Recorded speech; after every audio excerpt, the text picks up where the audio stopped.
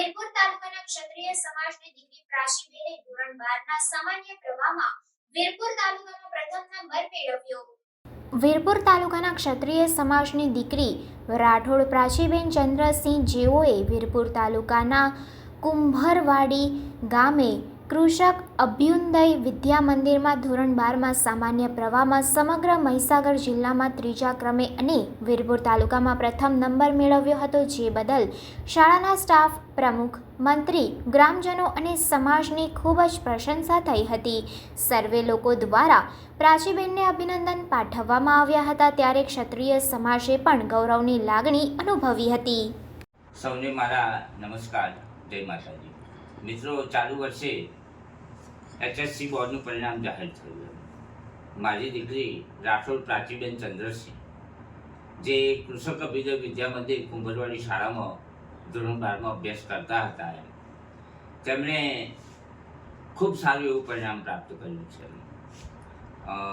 વીરપુર તાલુકાની અંદર પ્રથમ નંબર મેળવ્યો છે અને મહીસાગર જિલ્લાની અંદર ત્રીજો નંબર મેળવી અને મારી શાળાના આચાર્યશ્રી અને સમગ્ર સ્ટાફનું એક સ્વપ્ન હતું કે આ દીકરી તાલુકા, જિલ્લા લેવલે અને રાજ્ય લેવલે પોતાનું ઉજ્જવળ પરિણામ લાવીને બતાવે, અને એ પરિણામને, એ સ્વપ્નને આ દીકરીએ સાર્થક કરીને બતાવ્યું છે.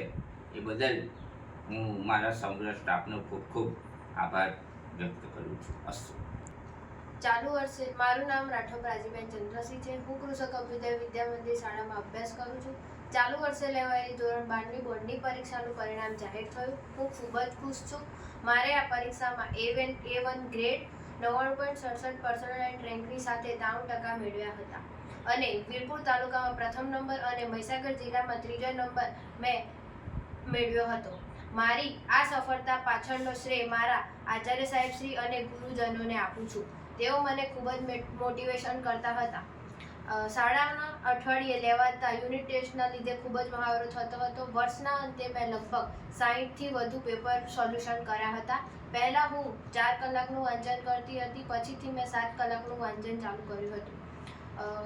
આ પાછળ જિલ્લામાં નંબર આવવાનો પાછળ મારા માતા પિતાનો ખૂબ જ મહત્ત્વનો ફાળો છે. તેઓ મારું ખૂબ જ ધ્યાન રાખતા હતા અને ભવિષ્યમાં હું ગ્રેજ્યુએશન કરીને સ્પીપામાં એડમિશન લઈને GPSC અને UPSC જેવી પરીક્ષાઓ પાસ કરું એવું મારું સ્વપ્ન છે. જય હિન્દ, જય ભારત.